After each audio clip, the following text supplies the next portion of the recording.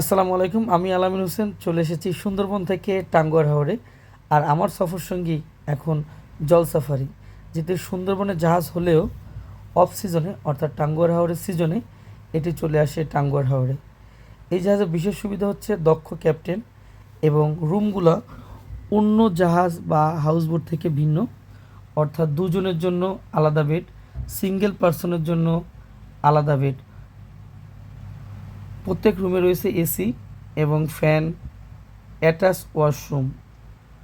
এখানে সবচেয়ে মজার বিষয় হচ্ছে যে কয়টা রুম আছে সে কয়টা রুমের জন্য অ্যাটাচ ওয়াশরুম এবং জাহাজটি নিট এবং ক্লিন। সাধারণত কিছু কিছু বোটে দেখা যায় যে একটা দুজনের বেডে তিনজন চারজন থাকে, সাধারণত এখানে এই ঝামেলাটা নাই। আপনি আপনার ফ্যামিলি নিয়ে রিল্যাক্সে ট্যুর করতে পারবেন। দুজন তিনজন সবার জন্য আলাদা আলাদা বেড। জাহাজটি রয়েছে খোলামেলা, একদম পরিষ্কার পরিচ্ছন্ন। প্রত্যেক রুমে রয়েছে ইন্টারকম, আপনি চাইলে ফোন দিয়ে আপনার সেবা নিতে পারেন। জাহাজটি খোলামেলা, বিকেল টাইম সকাল টাইম সবসময় আড্ডা মারার জন্য বিভিন্ন জায়গায় বসার বিভিন্ন জায়গা এবং ডাইনিংটিও এসি সম্বলিত, যেখানে এই গরমে আপনার কোনো কষ্ট হবে না। বুফে খাবার গ্রহণ করতে পারবেন, পছন্দ মতো খাবার আপনি দেখে শুনে নিতে পারবেন। এক কথায় বলা চলে যে খাবারে কোনো ঘাটতি নাই, হরেক রকম আইটেম মন ভরে খেতে পারবেন এবং খাবারগুলো সুস্বাদু, রয়েছে দক্ষ বাবুর্চি। আবার প্রত্যেক খাবার শেষে একটু ডেজার্ট না হলেই হয়। বিকেল দিকে আমরা চলে গেলাম হাওরের দিকে এবং হাওরে পৌঁছানোর মতো ছোট ছোট নৌকা চলে আসে সবাইকে নেওয়ার জন্য, এবং এই বাচ্চারা কিন্তু অনেক সুন্দর সুন্দর গান করে। বিশেষ করে এই নৌকায় দেখবেন ছোট ছোট বাচ্চারা এখানে আসে। আমিও বেরিয়ে পড়লাম ঘোরার জন্য সবার সঙ্গে। আমার কাছে সবসময় হাওরের এই স্বচ্ছ পানি ভালোই লাগে এবং সবাই গোসল করে, আমিও অনেক সময় গোসল করি। সবসময় লাইফ জ্যাকেট ব্যবহার করতে হবে এবং ওয়াস্টার এরিয়াটা আগের থেকে অনেক দিন দিন পরিষ্কার পরিচ্ছন্ন আছে, যেহেতু সবার উদ্যোগ। আর আপনি যদি একটু আসর জমাতে চান, এই হিজল বনের তলে এসে আসর জমাতে পারবেন। মেঘালয় এরিয়া কতটা সুন্দর আসলে চোখে না দেখলে কল্পনা করা যাবে না। মোবাইলের স্ক্রিনে আর কতটাই বাই ভালোই লাগবে।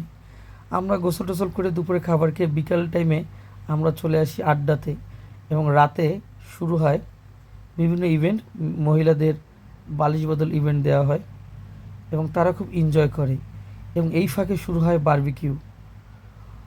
অনেকে ইভেন্টে অংশগ্রহণ করে এবং অনেকে বিভিন্ন কাঠ খেলে বা সময় করে আড্ডা দিচ্ছিল কখন খাবার দিবে। খাবার দেওয়া মাত্রই আরে বাবা কি হিরিক! পরোটা, চিকেন বারবিকিউ, হাঁসের মাংস, ডাল, চাইনিজ ভেজিটেবল ফ্রাইড রাইস, সব খাওয়া দাওয়া শেষ। এখানে ভ্রমণের জন্য রয়েছে ট্যাকের ঘাট, সবচেয়ে টুরিস্টের কাছে জনপ্রিয় জায়গা। আর নীলাদ্রি লেকের কথা তো ভুলবই না, দেখেন কত সুন্দর। আর চাইলে এই ছোটো ছোটো নৌকায় করে আপনি কাইং করতে পারবেন এই লেকের মধ্যে। এটা নীলাদ্রি কারণ এর পানিটা সবুজ নীল রঙের, যার কারণে এটা নীলাদ্রি নামে পরিচিত। এটি কিন্তু অতীতে সহিসিরাজ লেক নামে পরিচিত ছিল। আপনি নীলাদ্রি শেষ করে এই টাঙ্গুয়ার হাওর ট্যুরে চলে যেতে পারেন বারিক্কা টিলা, যেটি বাংলাদেশের সীমান্তবর্তী একটা গ্রাম। পাশেই রয়েছে জাদুকাটা নদী। আরও ভ্রমণের জায়গা রয়েছে শিমুল বাগান, যে পার্কের প্রবেশ ফি মাত্র 50 টাকা। আপনি সুন্দরভাবে এই বাগানে ভ্রমণ করতে পারবেন। তবে শীতকালে এখানে অনেক রকমের ফুল ফোটে, আর আমি তো ছবি তোলায় ব্যস্ত, বিভিন্ন পোস্টে ছিলাম কীভাবে ভিডিও বানানো যায়। চাইলে সাইডে আপনি একটা ঝর্ণা ভিজিট করে আসতে পারেন, লাকমা ছড়াটা ভিজিট করতে পারেন। এর জন্য আপনার আলাদা বাইক বা গাড়িতে করে ঘুরতে হবে।